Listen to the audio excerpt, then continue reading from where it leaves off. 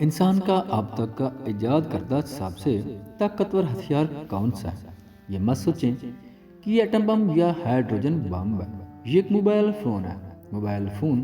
ایک ایسی طاقت ہے جسے کم اہمیت نہیں سمجھا جانا چاہیے۔ یہ اتنا طاقتور ہے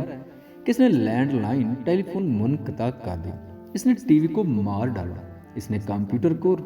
راستے سے ہٹا دیا،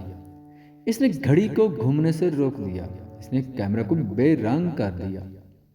ریڈیو کو خاموش کر دیا، ٹارچ کا استعمال بند کر دیا، آئینہ توڑ ڈالا، اخبارات، رسالے اور کتابیں پھاڑ دیں،